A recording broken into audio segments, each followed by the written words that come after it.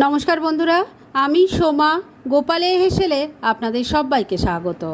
আজকে রুটি, পরোটা, লুচি এমনকি ভাতের সাথেও খাওয়া যায় এরকম একটা দারুণ টেস্টি চটজলদি রেসিপি আপনাদের সাথে শেয়ার করছি, যেটা আশা করছি আপনাদের সববার খুব ভালো লাগবে। তাহলে চলুন সময় নষ্ট না করে রান্নাটা করে ফেলি। আজকে বেগুন দিয়ে দারুণ টেস্টি আর চটপট তৈরি হয়ে যাবে এরকম একটা রান্না করছি। তার জন্য আমি দুটো বড় বেগুন নিয়েছিলাম, আর সেগুলোর দেখতেই পাচ্ছেন লম্বা লম্বা বোটা শুদ্ধ করে কেটে রেখেছি। এবার এর মধ্যে অল্প নুন দিয়ে দিলাম, অল্প চিনি দিয়ে দিচ্ছি অল্প হলুদের গুঁড়ো। এবার নুন, চিনি আর হলুদটা এই বেগুনের গায়ে ভালো করে মাখিয়ে নিচ্ছি। বেগুনের টুকরোগুলো ভালো করে নুন হলুদ দিয়ে মাখিয়ে নিয়েছি। এবার এই প্লেটটাকে আমি কিছুক্ষণের জন্য এক সাইডে রেখে দিচ্ছি। এবার মূল রান্না শুরু করছি। সেজন্য কড়াইয়ে সর্ষের তেল দিয়ে গরম করে নিয়েছি। এর মধ্যে বেগুনের টুকরোগুলো আগে ভেজে নেব।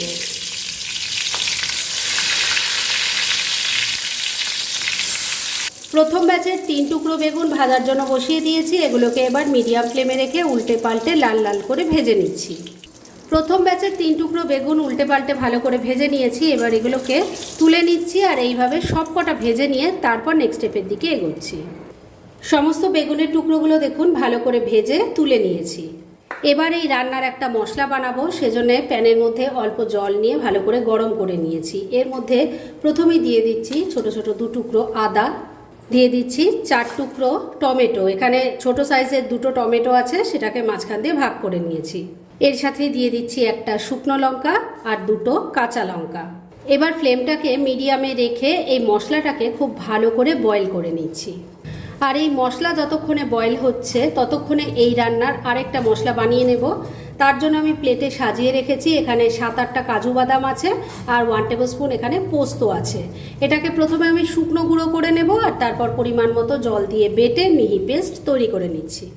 কাজু আর পোস্ত তো ভালো করে বেটে রেখে দিয়েছি, আর এইদিকে মশলাটাও কিন্তু যেটা বয়েল হচ্ছিল সেটাও 3-4 মিনিট হয়ে গেছে। এবার আমি গ্যাসটা বন্ধ করে দেব, আর এটাকে নামিয়ে নিয়ে ঠান্ডা হলে বেটে নেব। তবে বাটার সময় কিন্তু টমেটো স্কিনটা ফেলে দেবেন, আর যে বয়েল করার পর জলটা রইল এটা ফেলে দেবেন না, গ্রেভি তৈরিতে কাজে লাগবে। রান্নার জন্য মশলাগুলো রেডি করে নিয়েছি, আর এবার বেগুন ভাজার পর কড়াইয়ে যা তেল ছিল তার মধ্যেই বাকি রান্না করব। এর মধ্যে প্রথমে দিয়ে দিচ্ছি অল্প একটু কালো জিরে, দিয়ে দিলাম একটা শুকনো লঙ্কা, একটুখানি হিংও দিয়ে দিলাম। এবার ফোড়নটাকে ভাজা ভাজা করে নিচ্ছি। ফোড়নটা ভাজা ভাজা হয়ে গেছে। এবার তৈরি করে রাখা মশলার পেস্ট, মানে বয়েল করা আদা, টমেটো, কাঁচা লঙ্কা, শুকনো লঙ্কার পেস্ট দিয়ে দিচ্ছি অল্প হলুদের গুঁড়ো, অল্প কাশ্মীরি মির্চ পাউডার দিয়ে দিলাম, স্বাদ মতো নুন দিয়ে দিচ্ছি। তবে নুন দেওয়ার আগে খেয়াল রাখবেন বেগুনও কিন্তু নুন দিয়ে ভাজা আছে। অল্প কয়েকটা দানা চিনি দিয়ে দিলাম। এবার সব কিছু ভালো করে মিশিয়ে মশলাটাকে খুব ভালো করে কষিয়ে নিতে হবে। মিনিট 2 সময় নিয়ে মশলাটাকে খুব ভালো করে কষিয়ে নিয়েছি। এর থেকে এখন তেলটা ছেড়ে দিয়েছে। এবার এর মধ্যে দিয়ে দেব কাজু বাদাম আর পোস্তর পেস্ট। এটাকেও আবারও একবার খুব ভালো করে মিশিয়ে খুব ভালো করে কষিয়ে নিতে হবে। যত ভালো করে কষিয়ে কষিয়ে রান্না করবেন ততই কিন্তু এই রান্নার টেস্ট অসাধারণ হবে। মিনিট 2 সময় নিয়ে মিডিয়াম ফ্লেমে রেখে আবারও ক্রমাগত নাড়াচাড়া করতে করতে মশলাটাকে খুব ভালো করে কষিয়ে নিয়েছি। এবার গ্রেভির জন্য জল দিয়ে দেব। মশলা বয়েল করার পর যে জলটা রেখে দিতে বলেছিলাম সেই জলটাই কিন্তু আমি এখানে ইউজ করছি। মিশিয়ে নিচ্ছি। সব কিছু ভালো করে মেশানো হয়ে গেছে। এবার ফ্লেমটাকে মিডিয়ামে রেখে 2-3 মিনিট সময় নিয়ে ঝোলটাকে খুব ভালো করে ফুটিয়ে নিচ্ছি। একদিকে তো রান্নাটা হচ্ছে, আর আরেকদিকের ওভেনে আমি একটা তড়কা প্যান বসিয়ে নিয়েছি একটা ছোট্ট কাজ করে নেওয়ার জন্য। এই তড়কা প্যানটা গরম হয়ে গেছে। এর মধ্যে দিয়ে দিচ্ছি একটু কাসুরি মেথি। ফ্লেমটাকে একদম কমে রেখে এটা ড্রাই রোস্ট করে নিচ্ছি। কাসুরি মেথিটা ড্রাই রোস্ট হয়ে গেছে। এবার এটাকে নামিয়ে নিচ্ছি, ঠান্ডা হলে ক্রাশ করে নেব। ড্রাই রোস্ট করা কাসুরি মেথিটা ক্রাশ করে রেখে দিয়েছি। এদিকে মিনিট 3 রান্নাটাও হয়ে গেছে। এবার এই ঝোলের মধ্যে ক্রাশ করে রাখা কাসুরি মেথিটা দিয়ে দিলাম, মিশিয়ে নিচ্ছি। 2টো গোটা কাঁচা লঙ্কাও দিয়ে দিলাম, দিতে একদম ভুলে গেছিলাম। আর এই সময় কিন্তু মানে কাসুরি মেথিটা দেওয়ার পর মিনিট খানেক পর একটুখানি নুন মিষ্টিটা চেক করে নেবেন। যাই হোক, আমি মিনিট খানেক রান্নাটা করে নিচ্ছি। মিনিট খানেক আবারও রান্নাটা হয়ে গেছে। এবার গ্যাসটা বন্ধ করে দিলাম। আর বন্ধুরা, ভেজে রাখা বেগুনগুলো কিন্তু এখানে আমি এখনই দেব না। বেগুনের মধ্যে এই গ্রেভিটা আমি কিভাবে দিচ্ছি সেটাও চলুন দেখিয়ে দিই।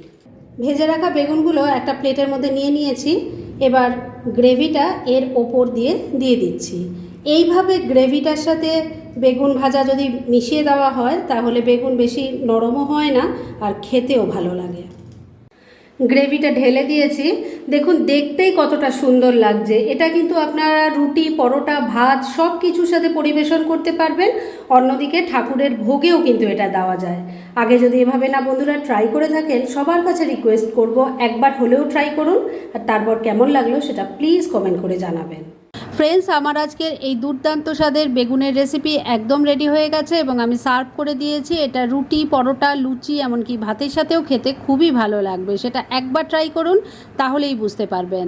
আর এরকম ধরনের অনেক ভালো ভালো নিরামিষ রান্নার রেসিপি আপনারা গোপালের হেসেল সার্চ করলেই পেয়ে যাবেন, যার মধ্যে থেকে কিছু কিছু আমি সাজেস্টেড বক্সেও দিয়ে দেব, সেখান থেকেও আপনারা দেখে নিতে পারেন। তাই গোপালের হেসেল অবশ্যই ভিজিট করুন।